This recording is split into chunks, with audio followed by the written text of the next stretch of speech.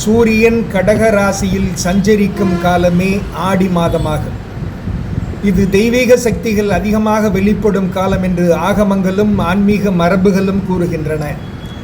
தட்சநாயன புண்ணிய காலம் முடிந்து தேவர்களின் பகல் பொழுது முடிந்து இரவு பொழுது தொடங்கும் காலமாக இதை குறிப்பிடப்படுகிறது.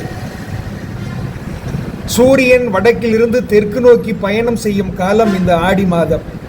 இந்த ஆடி மாதம் சக்தி வழிபாட்டிற்கு மிகச்சிறந்த மாதமாக போற்றப்படுகிறது.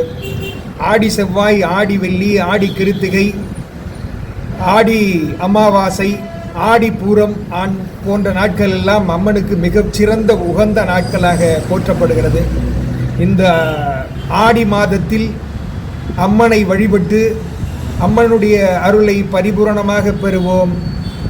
இன்றைய நாள் இனிய நாளாக அமைய ஸ்ரீ சிவதுர்கா மந்திராலயம் அருள் புரியட்டும். வாழ்க வளமுடன்.